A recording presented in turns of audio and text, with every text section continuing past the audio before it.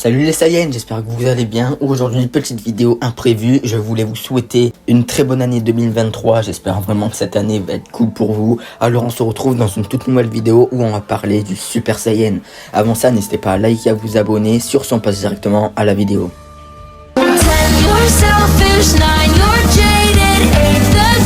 Déjà pour commencer, qui maîtrise le Super Saiyan? Eh bien il y a Goku, Vegeta, Mirai Trunks, Gohan, Trunks et Goten, mais aussi Kale, Caulifla et Cabba dans Dragon Ball Super. Pour maîtriser le Super Saiyan, il y a deux conditions. La première est de suivre un entraînement intensif.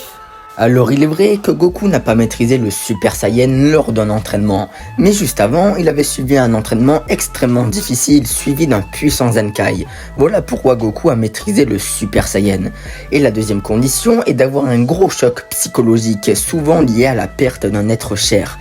Et comme le dit Vegeta, il faut être pur dans ses sentiments, qu'ils soient bons ou mauvais. Alors il n'a pas été dit officiellement que le Super Saiyan multiplie la force par 50, mais sachant que la force à Goku face à Freezer était de 3 millions d'unités et qu'après s'être transformé en Super Saiyan, sa force est de 150 millions d'unités, cela confirme le multiplicateur de puissance du Super Saiyan.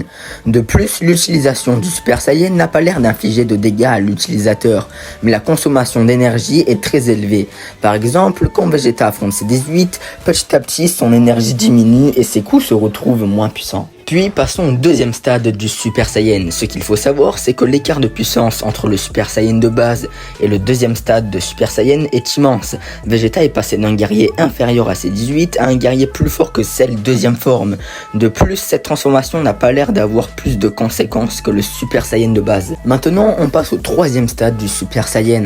Alors malgré la force colossale du troisième stade de Super Saiyan, il reste un immense point faible que seulement Goku et Vegeta ont compris. Mais Mirai Trunks ayant moins d'expérience tente un 1v1 face à Cell, mais cette transformation consomme tellement d'énergie que la vitesse de l'utilisateur est très grandement affectée, et d'ailleurs Trunks aura subi les conséquences de son manque d'expérience. Et pour terminer, le dernier stade du Super Saiyan, le Super Saiyan Full Power.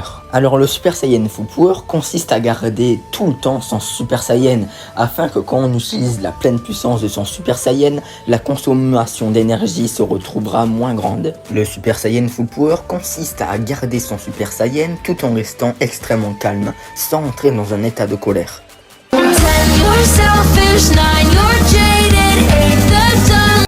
Merci beaucoup les Saiyans d'avoir suivi cette petite vidéo bonus et j'espère qu'elle vous aura plu. Sur ce, on se retrouve vendredi prochain pour une toute nouvelle vidéo et je vous souhaite une très bonne rentrée.